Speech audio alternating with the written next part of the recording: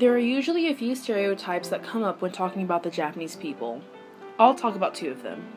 So for me, when I think of Japanese stereotypes, I think smart and shy. But interestingly enough, before we talk about these, we first need to talk about Japan's geography and its impact on civilization. Japan is a collection of islands isolated from other surrounding Asian countries, and mountains make up over 70% of the land, making only around 30% of the land inhabitable. If that doesn't keep people close enough, Japan's agriculture also requires people to get close as well. Japan's rainy season is in June, and Japan, with its limited space and time, must rely on effort from the whole community to produce food. Since the Japanese people need to work together, it's very important that a person makes decisions based on the group and not him or herself. Many people will not go against the group in fear of being rejected by the community. This has greatly influenced Japanese culture even today, and as you will see with the stereotypes in a moment. But to be sure, keep this community aspect in mind. First, we can all agree that Japanese people are smart, or at least that there is a stereotype that all Japanese people are smart. It could be that the Japanese education system is one of the best, or it could be that Japanese students have a lot of motivation. In Japan, there are intense exams to be taken to get into the high school and college of your choice. Because the ranking of your school has influence on how good of a job you get, you want to get into a good college.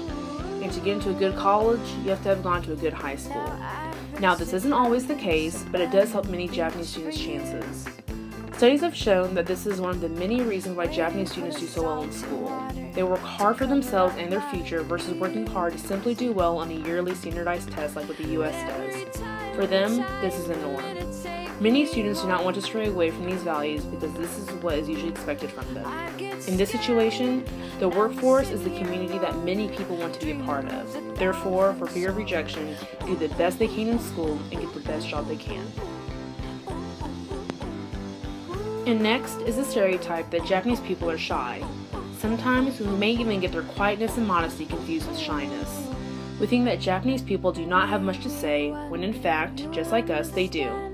But their culture has taught them to be careful of what they say. The Japanese tend to be ambiguous to spare the feelings of others. For example, if someone asks you how well you did on an exam and you did really well, you won't tell them you did well. You would say something along the lines of, "I'm not sure," or "I did so-so." Responding with, "I did great, and the teacher said I got one of the highest grades in class," is a great way to get the cold shoulder. You may think that this is a cultural thing. Other people would know when you're being ambiguous and would know what you're really trying to say. This is true, however, the consideration you take to communicate modestly shows the care you have for another person. It's not necessarily what you're trying to say, but how it's being delivered. A bad delivery could lead to an upset community, and that is not something many Japanese people want to risk. Just to recap, many stereotypes we have about the Japanese people stem from a similar cultural aspect: community. Living in an individualistic mindset of the US, it's really hard to imagine that such effort is put into keeping harmony with a greater group of people, and that this comes with such a long history. This is something really important to the Japanese people, and maybe this is even something that the West can learn from.